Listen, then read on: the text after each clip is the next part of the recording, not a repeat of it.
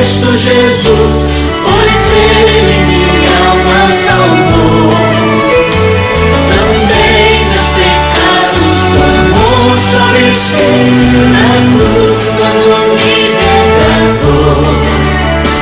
Na rocha eterna firmado estou eu, e tenho a salvação.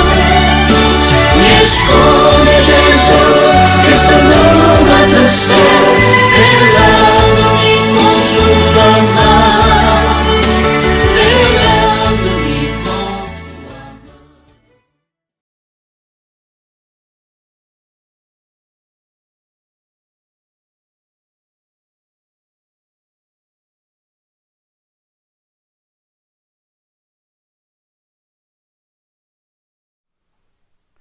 A paz do Senhor a todos que nos assistem. Prazer estarmos aqui mais uma vez para estudarmos a Palavra de Deus. Esse canal, ele faz parte da Escola Bíblica Dominical da Igreja Evangélica Assembleia de Deus, Ministério no Ipiranga, a classe Dorcas, cujos professores são o irmão Marcelo, irmão Eliseu, irmão Elias, que vos fala. Então, nós vamos iniciar com uma palavra de oração. Senhor querido, somos gratos a Ti pelo Teu grande amor, bondade, misericórdia, por ter, Senhor, nos escolhido, por ter nos libertado, Senhor, por ter nos transportado para o reino do Filho do Seu amor. Nos ajuda, Senhor, que nessa meditação da Tua palavra possamos ter a assistência do Teu Espírito Santo para falar e para entender a Tua palavra. Se conosco nós pedimos e agradecemos em nome de Jesus. Amém. Deus abençoe e que possamos ter uma lição bíblica da escola dominical abençoada. Então vamos dar início à nossa lição. O título fala sobre a sublimidade das bênçãos e colocamos como ilustração o Monte Hermon, cujas águas alimentam o Rio Jordão. Então o Rio Jordão é alimentado por este monte, né? O Hermon significa em hebraico sagrado, monte sagrado. E sabemos que a água é bênção, né? E Deus tem derramado dessas bênçãos sobre cada um de nós, sobre Israel, inclusive, não é verdade? Muito bem. Então, vamos dar início à nossa aula.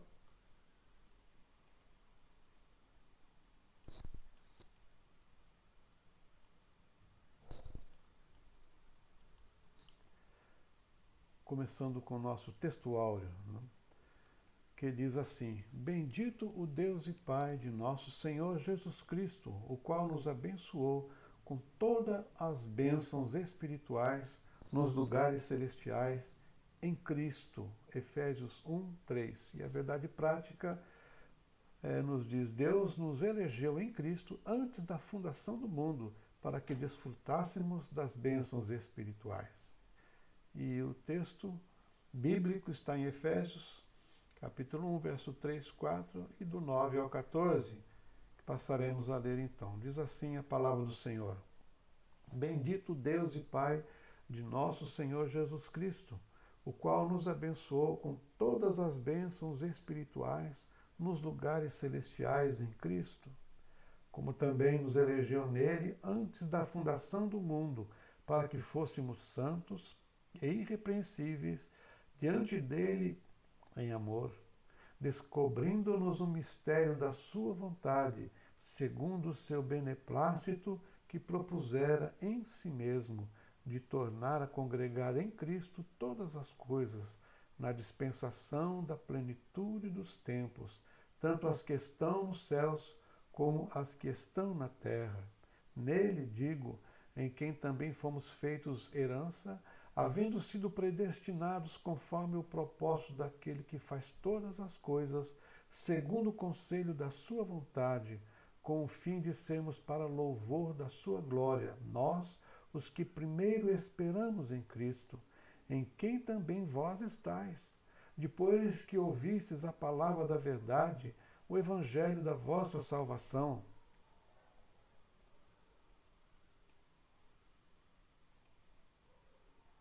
e tendo nele também crido, foste selado com o Espírito Santo da promessa. E o último versículo 14 diz: o qual é o penhor da nossa herança, para a redenção da possessão de Deus, para louvor da sua glória. Amém. Então, os objetivos da nossa lição de hoje são refletir a respeito da nossa nova posição em Cristo, evidenciar a realidade de uma vida cristocêntrica neste mundo e explicar que o Espírito Santo desempenha importante papel no plano da salvação. Como introdução, nós vamos recordar os princípios da carta aos Efésios, né? É a grande revelação sobre a igreja no Novo Testamento. Não há outro livro para nos ajudar a entender 3 coisas sobre a igreja. A primeira delas, a natureza da igreja, a vida da igreja e o serviço da igreja. Essas 3 coisas precisam ser entendidas, né, para que possamos realmente entender completamente a revelação de Deus da igreja.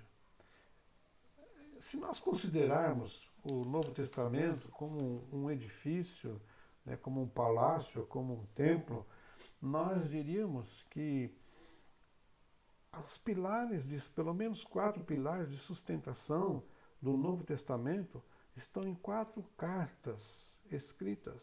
E essas cartas nos revelam, né, a vontade de Deus em alguns aspectos. A primeira dela é aos Romanos. Romanos fala da glória do Evangelho de Deus. Revela a graça de Deus no seu Evangelho. A carta começa dizendo Evangelho e termina também com a palavra Evangelho. A carta aos Efésios, que nós estamos estudando, fala da glória, da natureza, da vida e o serviço da igreja. Se nós entendemos a natureza da igreja, que ela não é uma organização, mas um organismo, um corpo vivo, que Jesus disse, edificarei minha igreja, e as portas do inferno não prevalecerão contra ela. Mas também a igreja ela é organizada, né? Porque Deus ele concedeu uns para apóstolos, outros para profetas, evangelistas, pastores, mestres, com vista ao aperfeiçoamento dos santos, para o desempenho do serviço, para a edificação do corpo de Cristo, diz Paulo em Efésios capítulo 4, versículos 11 e 12. Então, essa natureza da igreja não é terrena, é celestial, nasceu no céu. E a vida da igreja é também comparada a um corpo humano, e também comparada à união entre um homem e uma mulher. É um mistério. E Paulo explica esse mistério quando ele diz que os maridos devem amar as suas esposas como os seus próprios corpos, né? Quem ama a sua mulher ama a si mesmo, porque nunca ninguém odiou, né, a sua própria carne, antes alimenta, sustenta, como também o Senhor a igreja. A igreja precisa ser alimentada, sustentada,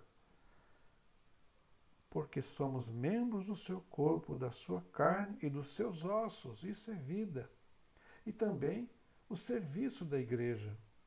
Às vezes nós entendemos serviço, né, e a primeira coisa que nos vem à cabeça, né, é atividade, né? Quando alguém nos pergunta, né, você sabe qual é a vontade de Deus para a sua vida? A primeira coisa que vem na nossa mente é trabalhar. A primeira coisa é executar. Mas se nós olharmos com mais detalhes sobre o que é que Deus primeiramente quer de nós, nós vamos entender depois o que é serviço da igreja. Um dos exemplos bem interessantes é quando Jesus ele vai à casa de Marta e Maria, que é registrado lá em Lucas capítulo 10, diz que Jesus entra, e quem recebe Jesus é a Marta. E se nós lemos na versão Almeida, corrigida, fiel, traz o seguinte texto, né? Aconteceu que indo eles a caminho, Entrou Jesus numa aldeia e certa mulher por nome Marta o recebeu em sua casa. E tinha esta uma irmã chamada Maria, a qual, assentando-se também aos pés de Jesus, ouvia sua palavra. Então dá-nos entender aqui que esse também, né? Aliás, no original existe também esse mesmo termo, também, Maria também assentada aos pés de Jesus. Dá-nos entender que Marta recebe Jesus, assenta-se, Maria também, mas daqui a pouquinho, quando Jesus começa a falar, Marta se levanta já preocupada em fazer alguma coisa. E quando ela vê a sua irmã sentada, aparentemente ociosa, e Marta correndo, ela questiona Jesus, né? E manda que Jesus ordene a Maria que vai ajudá-la, mas Jesus agora faz uma revelação tão maravilhosa e diz que Marta, você está tão ansiosa, não precisa tanta coisa, uma só coisa é necessária. Maria escolheu a boa parte, e isso não lhe será tirado. O que Maria estava fazendo? Assentada, contemplando o Senhor. Então, lá, e vemos isso na igreja de Antioquia também. Nós vemos lá em Atos 13, que na igreja lá de Antioquia havia profetas, doutores, mestres, né? E cita nome de Barnabé, Simeão, Lúcio, Manaém, Saulo. O que eles estavam fazendo? Diz a Bíblia, servindo eles ao Senhor e jejuando. Disse o Espírito Santo, apartai-me a Barnabé e a Saulo para a obra que os tenho chamado. Esse servindo aqui é adorando e jejuando. Jejuar é penetrar na mente de Deus, em tamanha comunhão com Ele. E servir no conceito do Senhor Jesus é contemplar. Então, primeiro a gente precisa estar com Jesus para depois trabalhar para Jesus. Dessa forma, nós entendemos corretamente o que é serviço na igreja. E aí, olha só o que Paulo fala, né? E todos nós com o rosto desvendado, contemplando como por um espelho a glória do Senhor, nós somos transformados. Olha só, contemplando a glória do Senhor, nós somos transformados de glória em glória, na sua própria imagem, como pelo Senhor, o Espírito. 2 Coríntios 3,18. O salmista também diz, busquei o Senhor e Ele me acolheu, livrou-me de todos os meus temores. E agora vem um imperativo, contemplai-o e sereis iluminados, e o vosso rosto jamais sofrerá vexame. Ainda no Salmo 27, versículo 4 diz, uma coisa peço ao Senhor e a buscarei, que eu possa morar na casa do Senhor todos os dias da minha vida, para contemplar a beleza do Senhor e meditar no seu santo templo. Olha só. Então percebe? Aonde é que começa o serviço eficaz para Deus? Começa na adoração, na contemplação, não é verdade? E agora, nós temos a terceira carta, é de Paulo, escrita aos Colossenses. Essa carta revela a glória da pessoa e da obra de Cristo. É nela que nós vemos que Jesus, ele é a imagem do Deus invisível. É nela que nós vemos que Jesus é o primogênito de toda a criação. É nela que nós vimos que todas as coisas foram criadas nele, nos céus e sobre a terra, as visíveis, as invisíveis, sejam tronos, sejam soberanias, quer principados, quer potestades, tudo foi criado por meio dele. Olha só que interessante. Então, nós precisamos entender o princípio de Deus na pessoa e na obra de Jesus Cristo, nosso Senhor. E a quarta carta é a carta escrita aos Hebreus. Essa carta escrita aos Hebreus, o que é que ela revela para nós? Ela revela a glória da carreira cristã. Então toda a carta é como se fosse uma única palavra O escritor diz isso no capítulo 13, versículo 22, que diz: rogo-vos ainda, irmãos, que suporteis a presente palavra de exortação, tanto mais quanto vos escrevi resumidamente, né? Então o tema central é exortação, é encorajamento, né? É a glória do progresso da carreira cristã. O escritor estava falando a judeus, né? A crentes que estavam cansados, né? E veteranos, mas estavam cansados devido a perseguições e tantas outras coisas e dúvidas. E aí essa exortação e esse encorajamento, né, que nos dá uma visão renovada. Não é uma nova visão, mas a visão renovada da pessoa e da glória do Senhor.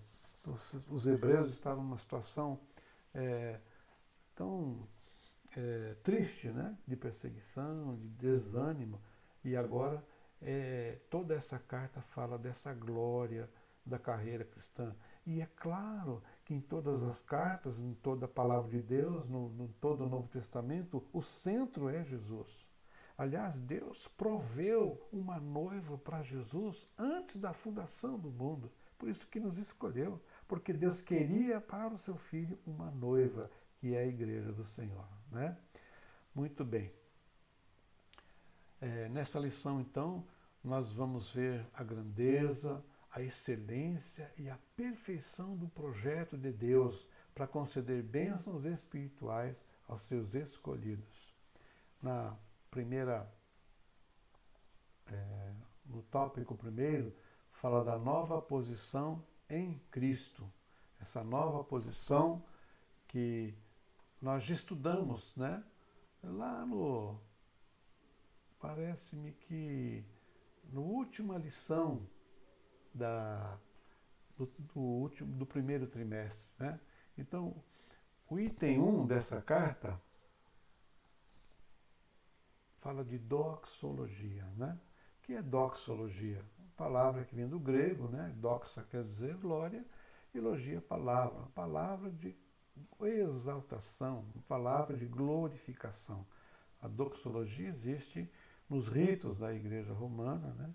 E nós entendemos, pela palavra de Deus, que devemos glorificar, né? Nós nascemos para a glória do Senhor, né?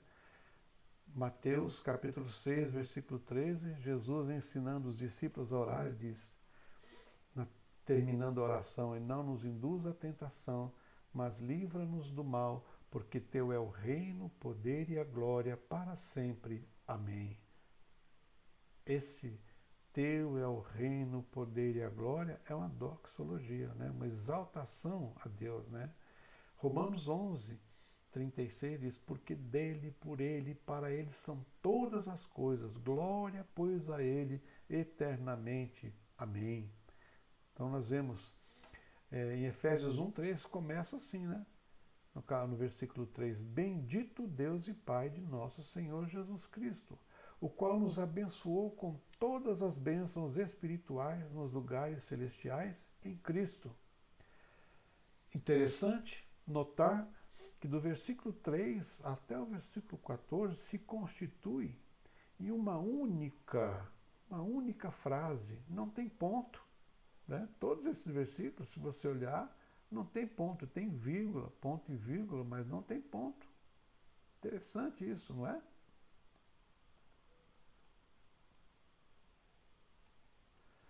Uma única frase.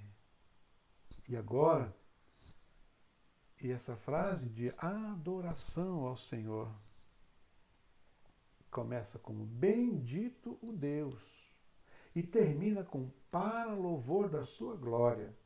E esse termo louvor da sua glória nós encontramos no versículo 6, no 12, no 14, né, que também é glorificação ao Senhor nosso Deus. E o item 2 fala das bênçãos espirituais em sua graça providencial. Deus já deu aos cristãos toda sorte de bênção.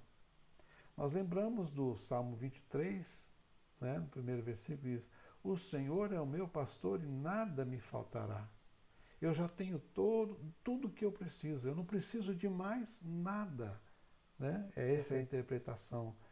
Em Romanos 8, 28 diz: e sabemos que todas as coisas contribuem juntamente para o bem daqueles que amam a Deus, daqueles que são chamados segundo o seu propósito. Percebe que as bênçãos já foram dadas, elas não serão dadas, mas já foram estabelecidas, né? O propósito de Deus já foi definido. Mesmo as coisas que nos acontecem, que aparentemente nós achamos que são coisas ruins, mas vem Paulo, inspirado pelo Espírito Santo, e sabemos que todas as coisas contribuem juntamente para o bem daqueles que amam a Deus. Então, Pedro também diz assim: visto como o seu divino poder nos deu tudo o que diz respeito à vida e piedade, pelo conhecimento daquele que nos chamou pela sua glória e virtude, né? Diz tudo que nos leva, né? Visto como o seu divino poder nos providenciou tudo que nos leva à vida e à piedade. Então já deu. O verbo aqui está no passado, já deu, já está pronto, né? E por que espirituais, né? No sentido da obra de Deus, que é a fonte divina e espiritual de todas as bênçãos. Não está aqui como sendo oposta às bênçãos materiais. Não é uma oposição a bênçãos materiais, mas as bênçãos, todas elas, né, que os filhos de Deus, que os santos recebem, são provindas de Deus, têm a sua origem em Deus. Por isso, todas as nossas bênçãos que recebemos são espirituais, por causa da sua origem, né? E Jesus diz isso lá em Mateus 6 ainda, que diz: buscai, pois, em primeiro lugar o seu reino e a sua justiça, e todas essas coisas vos serão acrescentadas. Portanto, não vos inquieteis com o dia de amanhã, pois o amanhã trará seus cuidados, basta o dia, né, o seu dia, o seu próprio mal. Então, o que é que Jesus está dizendo? Em primeiro lugar, pode buscar as coisas espirituais, né? Que é o reino, a justiça de Deus, são coisas espirituais. As demais coisas, elas provêm das bênçãos de Deus, que também tem origem no Senhor, tem origem espiritual. Primeiro lugar. Lembra como começou o versículo 3? Bendito Deus e Pai. O versículo 3, com essa doxologia, Jesus vem e diz: não, é em primeiro lugar que você precisa buscar o reino e justiça. E as demais coisas, sejam elas quais forem, né, vos serão acrescentadas. Coisa maravilhosa, né? Então, lá no versículo 3, repetindo, diz: bendito Deus e Pai de nosso Senhor Jesus Cristo, que nos tem abençoado com toda sorte de bênção espiritual nas regiões celestiais em Cristo. Agora, olha o versículo 4 e 5, que é a sequência. Assim como nos escolheu nele antes da fundação do mundo, para sermos santos e irrepreensíveis perante ele em amor, nos predestinou para ele. Então, percebe aqui essa frase, né, esse termo, né, que assim como, este assim como, ele tem uma classificação na nossa língua portuguesa, né, que é uma locução subordinativa, comparativa, que às vezes está comparando algo que se disse anteriormente com o que vem depois. Então, assim como Deus nos abençoou com toda sorte de bênção nos lugares celestiais em Cristo Jesus, assim também, né? Então, se nós fôssemos usar uma palavra que seja sinônimo, poderíamos usar da mesma maneira que nos escolheu. Então, assim como Deus, né, nos abençoou com toda sorte de bênção, da mesma maneira Ele nos escolheu, com a mesma origem, nele, antes da fundação do mundo, para sermos santos e irrepreensíveis perante Ele, em amor, e nos predestinou para Ele. Agora, no item 3, fala de uma nova condição. A nossa condição original era a condição de condenados, de julgados. Havia contra nós uma cédula justa, da justa ira de Deus contra nós. Mas vem Jesus e nos coloca em uma nova condição. Então, para quem Paulo está escrevendo? Né? Para quem tem essa nova condição, lá no versículo 1, do capítulo 1 diz: Paulo, apóstolo de Cristo Jesus, por vontade de Deus, aos santos que vivem em Éfeso e fiéis em Cristo Jesus. Para eles que ele está escrevendo, para santos e fiéis em Cristo Jesus. Essa palavra em Cristo Jesus, no Novo Testamento, ela se repete por aproximadamente 200 vezes. Em Cristo, nele, no amado, né? São sinônimos, né? E a gente vê isso no texto que nós lemos, tem pelo menos 10 vezes esse princípio. Né? E nas cartas de Paulo, mais de 160 vezes. Nele, né? Em Cristo Jesus, no amado, essas expressões, né? Mostrando agora a nova condição, aonde nós estamos. Estamos em Cristo Jesus. Essa é uma nova condição que recebemos. Em quem também vós, esse em quem também é nele, né? Também vós, depois de ouvistes a palavra da verdade, o evangelho da vossa salvação, tendo nele também crido, foste selado com o Espírito Santo da promessa. Percebe? Em Cristo, em quem? Nele. Coisa linda. Essa é a nova condição daqueles que receberam um novo nascimento.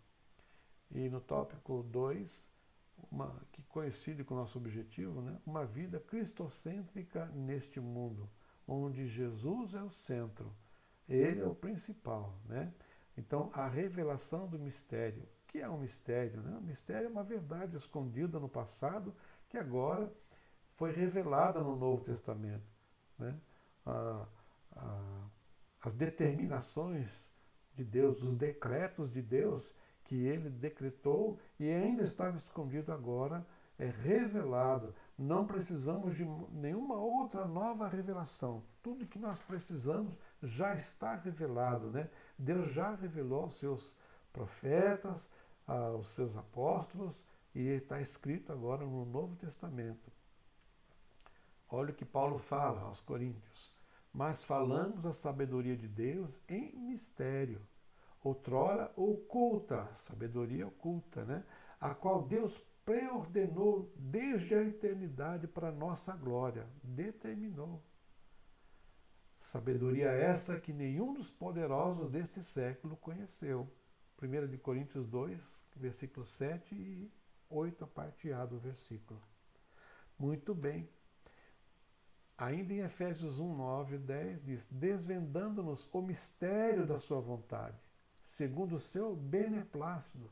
Qual é esse mistério? Que ele propusera em Cristo de fazer convergir nele, na dispensação da plenitude dos tempos, todas as coisas.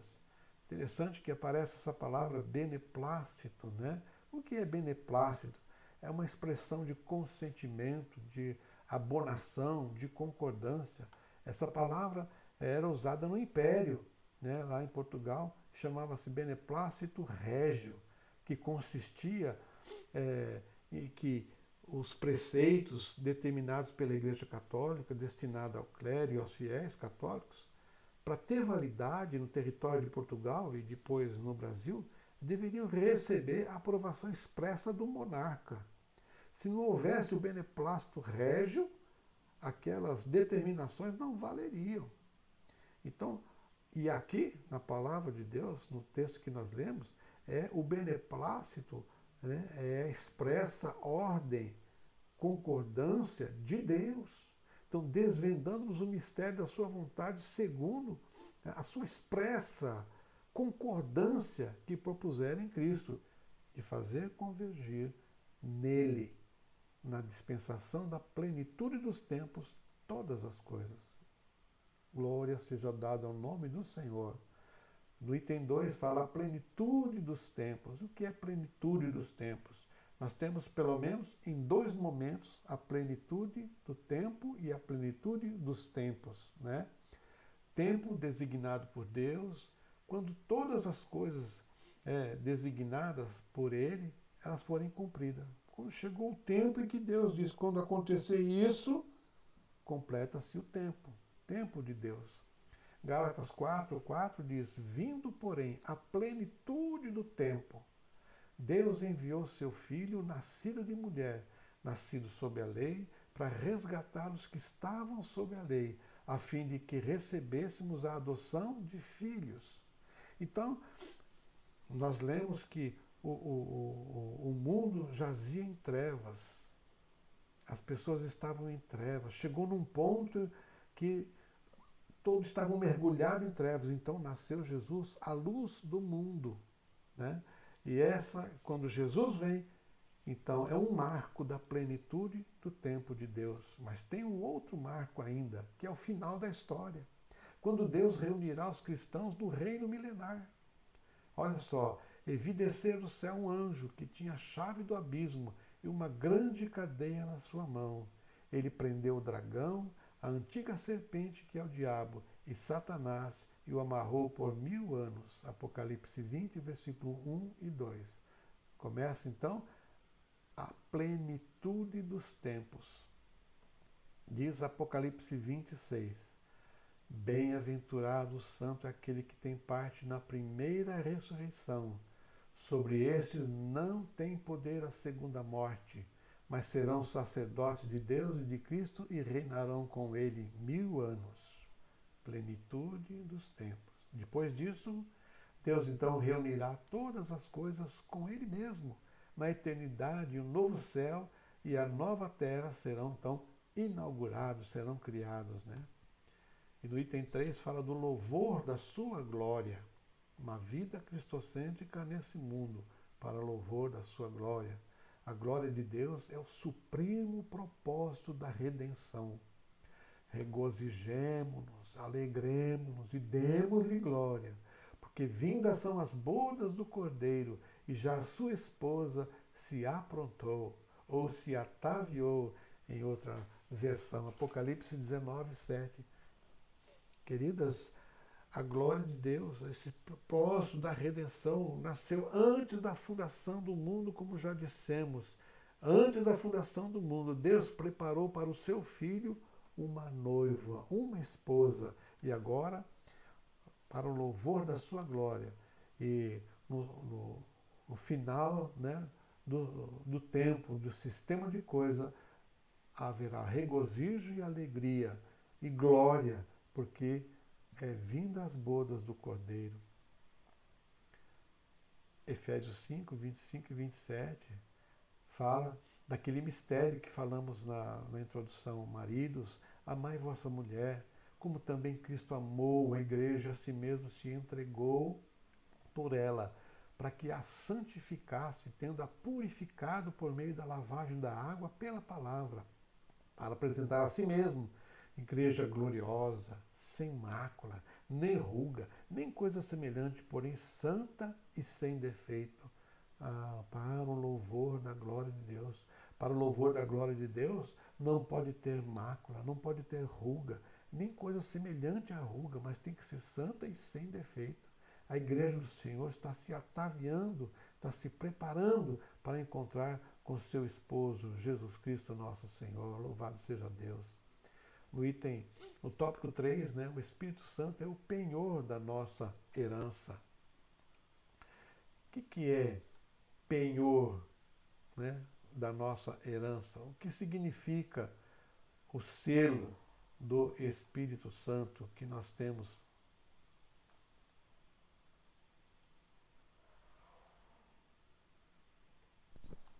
Olha só, deixa eu passar o slide aqui. O selo do Espírito Santo, o próprio Espírito de Deus, ele vem habitar no cristão. Todos nós, quando nascemos de novo, fomos selados do Espírito Santo. Ele veio e habitou. Paulo diz, não sabeis vós que vossos corpos são templo do Espírito Santo? Né? Então, este selo assegura a salvação eterna e a preserva. Em quem também vós estáis. Depois que ouviste a palavra da verdade, o evangelho da vossa salvação, tendo nele também crido, foste selado com o Espírito Santo da promessa. Efésios 1, 13.